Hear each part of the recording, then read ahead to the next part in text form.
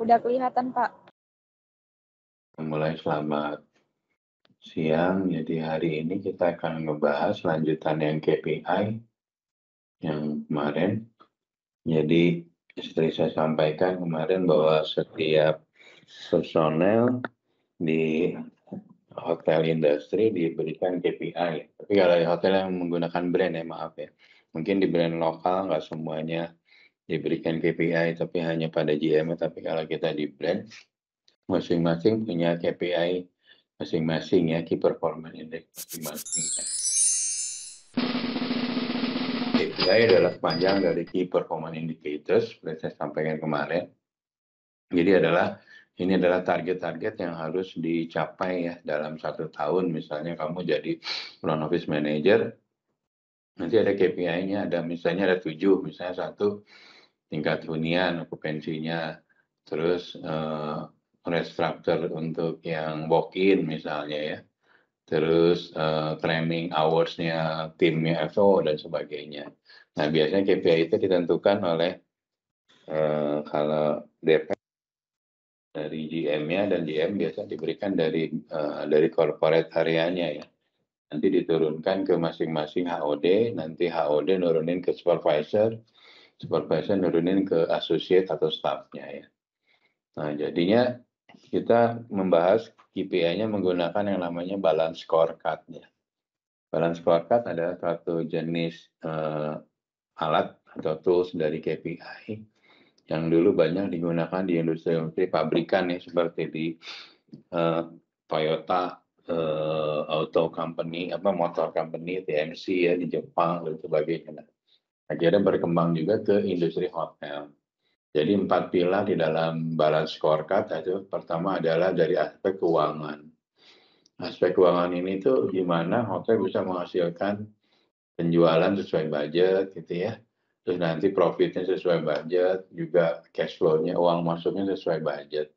Dan asetnya atau nilai asetnya dari hotel tersebut bertambah. Misalnya ada perbaikan hotel itu menambah nilai asetnya. Penambahan alat, misalnya beli PC baru, beli mobil operasional baru, itu kan nambahin asetnya. Jadi kalau bisnis yang sustain atau continue, dia akan pertama menginginkan aspek finansial ini, yaitu revenue-nya harus tumbuh, keuntungannya harus tumbuh dan sebagainya. Nah itu dari sisi keuangan ya. Kalau keuangan lebih ke internal operation-nya ya. Yang kedua dari perspektif customer. Jadi hotel itu kalau mau sustain, mau bagus terus, dia harus punya alat ukur kira-kira satisfied nggak ya dengan pelayanan dan produknya dari hotel tersebut ya. Nah, itu bisa diukur nanti berapa sih market share-nya. Jadi misalnya Hotel Windem di Palembang, di-compare dengan hotel yang sama, misalnya Windem memposisikan bintang 5 atau bintang 4 gitu ya. Dia punya kompetitornya misalnya Arya Duta, Palembang, terus Arista misalnya, terus Novotel gitu misalnya ya. Dari sisi ukuran besaran hotelnya kurang lebih sama besar dalam besaran jumlah kamar, fasilitas ballroom dan sebagainya. Terus location juga sebenarnya mempengaruhi. Sebenarnya kalau Windem berbandingnya sih nggak bisa yang jauh ya, karena marketnya beda. Misalnya Windem berbanding dengan Area itu sebenarnya rada jauh ya, tapi karena kota Palembang mungkin irisan tamunya nggak beda jauh, mungkin Pemkot Palembang meetingnya ya di Windem, dianggap Windem udah daerahnya mungkin beda kabupaten gitu ya. Nah biasanya kalau kita lokasi dalam kota yang sama gitu ya, dan jaraknya biasa nggak lebih dari 10 kilo dan sebagainya. Tapi karena kompetitornya si Windem di Palembang kan nggak ada hotel yang sejenis kalau di daerahnya itu ya, kabupatennya di daerah Windem itu. Jadi mungkin dia ngambil kompetitornya ya agak jauh ya, jadi ke Arya Duta atau ke Arista dan sebagainya. Nah, customer perspektif ini selain dari dari market share, kekuatan brand juga ya. Jadi brandnya Windem, brandnya Accor, brandnya Aston, Marriott, di mata konsumen tuh seperti apa gitu ya. Jadi beberapa ada konsumen, mungkin kamu juga orang yang loyal gitu pada satu brand gitu ya. Misalnya kamu menggunakan sepatu senangnya Nike, nah itu di top of mind atau di pikiran benak kamu tuh udah selalu menganggap bahwa Nike yang terbaik. Itu juga dengan sama. Makanya hotel itu harus punya yang namanya brand loyalty, di mana kita mengikat semua tamu supaya loyal sama kita. Kalau udah loyal, dia akan terus menggunakan produk kita dan juga memberikan apa ya namanya itu memberikan eh, support atau malah advice ke klien-klien atau tamu yang lain gitu ya. Mendingan stay-nya kalau di Palembang misalnya di Windem aja atau di Aryadita aja dekat ke mall bla bla bla produknya bagus. Nah itu namanya kekuatan brand yang sudah masuk ke dalam top of mind dari klien ya. Nah proses selanjutnya kita internal proses. Nah di dalam operation gimana caranya supaya operation itu jalannya smooth. Itu ada parameternya, ada okupansinya, reparnya, training hours, termasuk karyawan nanti ada di learning ya, sorry. Nah, nanti dari internal prosesnya kita juga analisa kira-kira problemnya apa sih yang menyebabkan tamu komplain, oh ternyata front desk-nya bahasa Inggrisnya kurang gitu ya, sehingga banyak terjadi salah paham atau misorder dan sebagainya. Nah, aspek yang terakhir adalah learning ya. Learning itu lebih ke karena karyawan itu sebagai aset ya di brand-brand besar itu, maka kita harus maintain si aset itu jangan sampai turnover-nya tinggi. Nah, untuk supaya turnover yang nggak tinggi ya berarti harus dibikin karyawan itu puas di kerja di kita di hotel tersebut gitu ya. Puasnya dalam artian dari sisi finansial mungkin ya bagi karyawan tersebut, mungkin dari segi trainingnya banyak jadi sehingga dididik makin pintar gitu ya. Beda kalau di brand biasa apa namanya kita nggak banyak belajar. Tampilannya kelihatan kan ya di kamu semuanya ada 4 aspek ini kelihatan nggak? Lembang kelihatan nggak tampilannya? Terlihat, Pak. Ini berubah nggak? Ini berubah Iya, nggak? berubah, Pak. Iya. Nah jadi yang namanya KPI atau menggunakan balance scorecard alatnya ya. Biasanya dimulai dari misi. Nah misi ini biasanya kalau misalnya brand besar kayak Marriott itu nanti dari brand Marriott besarnya dari Amerika gitu ya. Dari Amerika itu sebagai corporate office diturunin untuk Asia Pasifik apa, untuk China apa, untuk Eropa, untuk Middle East apa gitu ya. Biasanya sama, cuma penekanannya nanti beda-beda ya karena tergantung budaya dan apa sih namanya kemampuan negara. Kalau negaranya sudah cukup tinggi ekonominya, berarti harganya jauh lebih tinggi ya dibanding dengan Asia dan sebagainya gitu ya. Jadi misi besarnya dulu dari grupnya Accor atau grupnya Hilton atau grupnya Marriott, misinya apa sih tahun depan? Misalnya Marriott ingin menjadi hotel terbesar atau terbanyak di dunia tahun depan harus misalnya menjadi sekian juta gitu propertinya. Nah, nanti dari misi ini diturunin ke nilainya apa gitu. Dengan banyaknya hotel, maka banyaknya member, brandnya semakin kuat dan sebagainya. Itu visinya tadi kan udah ya ingin jadi brand terbesar. Strateginya gimana nih? Nah, strategi ini yang beda-beda nanti kalau di Asia Pasifik dengan Eropa mungkin beda ya. Kalau di Eropa itu misalnya brand Marriott lah gitu, setiap hari itu dibangun satu hotel tuh saking pembangunannya sustain itu terus gitu. Tapi mungkin di Asia pembangunannya terutama di Indonesia mungkin sebulan satu juga paling bagus tuh ya. Nah tergantung dari negaranya masing-masing gitu ya. Karena brand itu kan dia pengaruh dari harga dan sebagainya. Nah udah strateginya ya tadi balance scorecard-nya dibikin tuh. Jadi balance scorecard itu alatnya ya, tapi harus kita dulu misinya apa, tujuannya, strateginya apa. Baru balance scorecard-nya bisa dibikin. Jadi balance scorecard kan udah ketahuan targetnya, misalnya hotel di Bali, grupnya Marriott untuk brandnya misalnya 4 point gitu ya, harus ARR-nya misalnya 700.000, tingkat huniannya harus di atas 70%. Nah, kira-kira untuk dapetin ini caranya gimana? Ya harus misalnya expansion market ke Australia market, Jepang market, China market, dan sebagainya ya. Nah, dari hotel KPI nanti diturunin ke masing-masing itu kan. Jadi KPI itu sama KPI hotel sama KPI GM ya. Jadi KPI GM itu diturunin ke HOD-nya. Jadi FOM KPI-nya apa, housekeeper apa, FBM apa, chief engineering, HR manager, DOSM apa. Nanti diturunin ke masing-masing staffnya. Nah, ini adalah rangkaian dari apa namanya, misi dan visi dari perusahaan atau hotel ya, dari korporasi besarnya turun ke hotel. Nah, tapi dari turun ke hotel ini udah diketahui tujuan dan strateginya. Jadi yang di bawah nanti udah ada alat ukurnya. Misalnya kamu sebagai front office harus misalnya mengurangi komplain sebesar misalnya 5% gitu dalam 1 bulan. Nah, nanti ada alat ukurnya. Misalnya komplain dalam sebulan ada 100, yang sudah diselesaikan misalnya 98. Berarti hanya 2, sedangkan kamu targetnya kan tadi 10%, misalnya 10 yang nggak terhandle. Berarti kamu sudah ada achievement, ada targetnya atau apa namanya, metriknya. Alat ukurnya itu harus measurable ya, bisa diukur, itu nggak tidak kualitatif tapi jelas itu ada angkanya berapa gitu, supaya persepsinya sama ya. Jadi tidak ada beda persepsi di masing-masing associate atau staff ya. Nah, dalam membuat balance scorecard, nah kita cerita ke balance scorecard ya.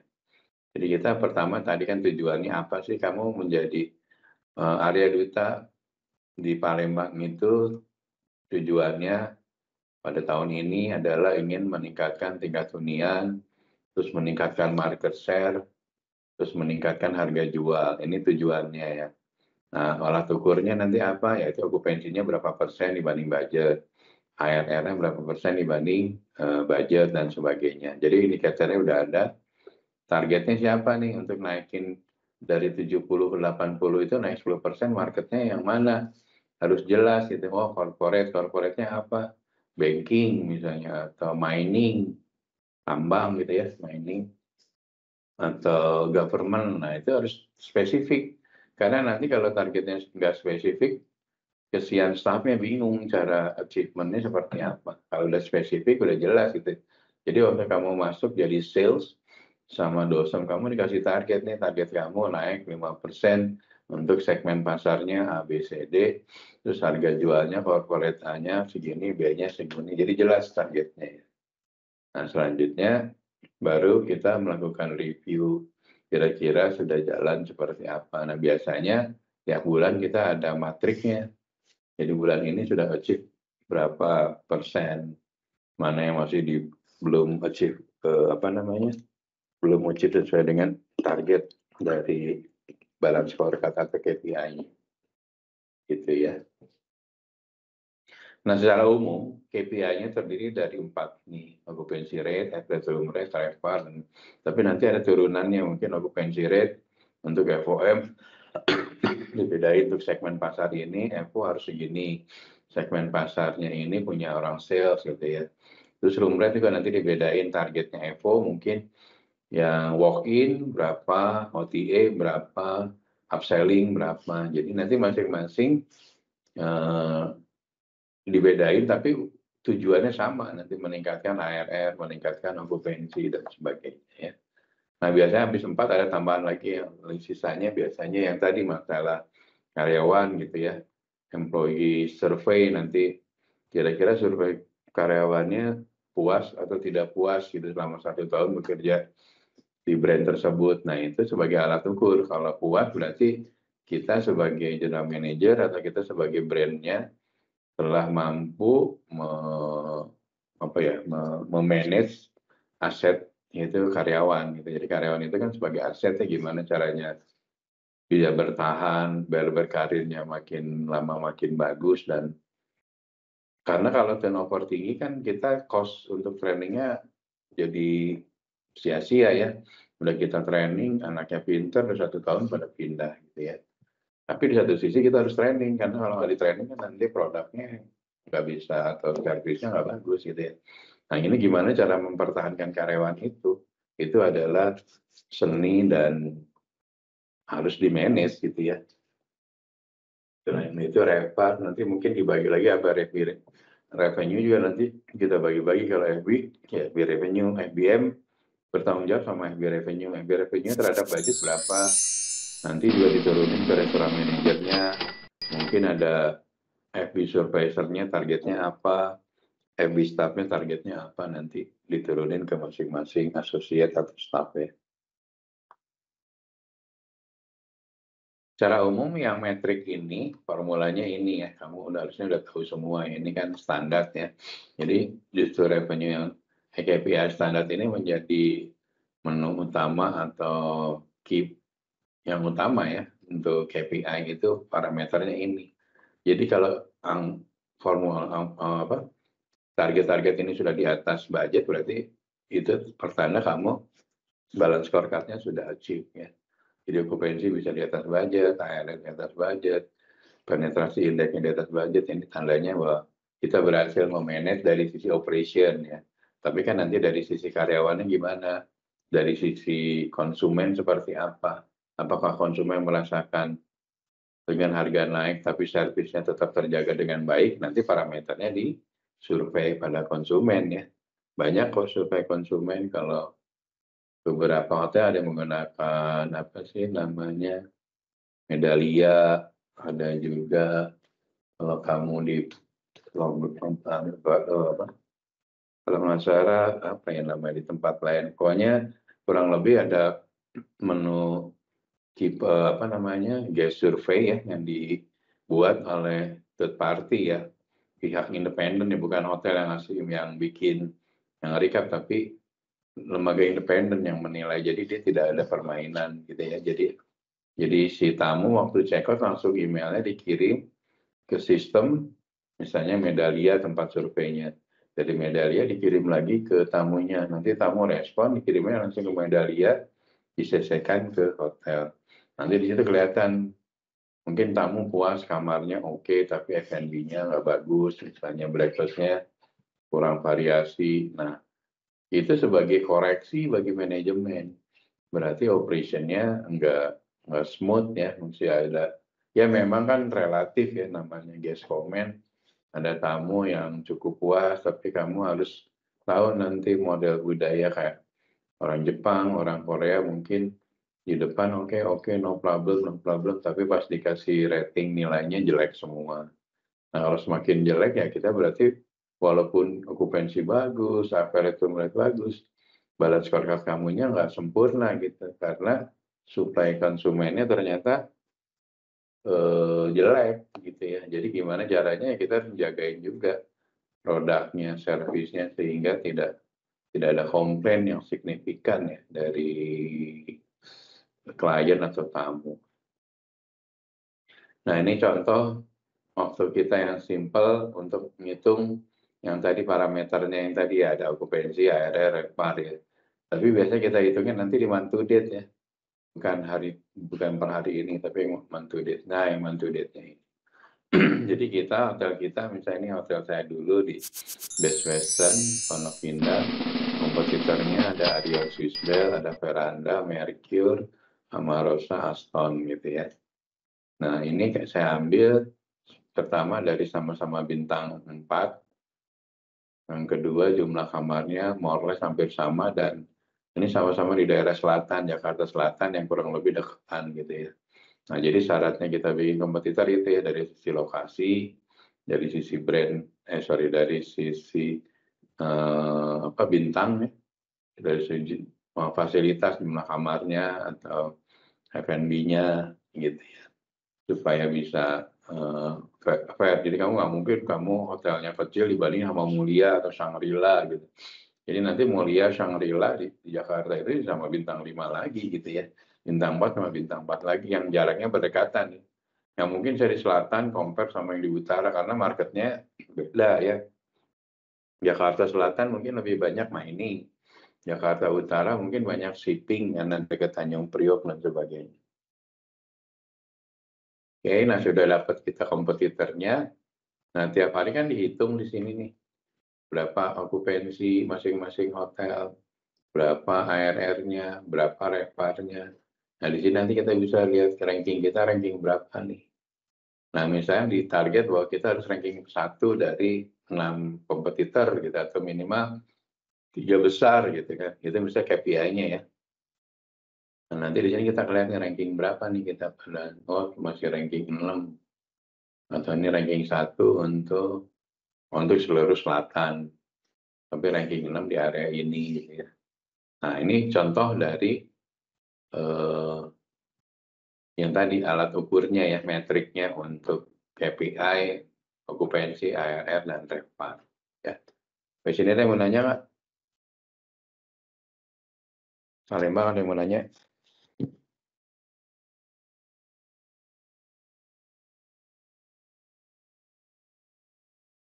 Kalau nggak ada saya lanjut ya. Jadi dari month to date, nanti dijumlahkan jadi year to date. Nah ini yang angka ini, angka akhir. Jadi 1 tahun ini yang menjadi parameter untuk dimasukkan nanti ke balance scorecard ya.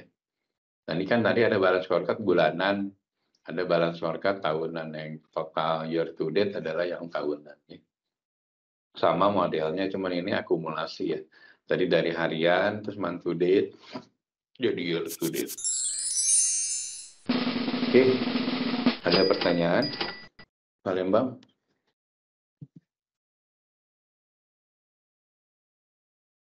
Kalau nggak ada, saya akhiri karena saya ada meeting selanjutnya. Thank you, dan ketemu besok ya. Terima kasih Pak Dino. Sampai jumpa. Yuk.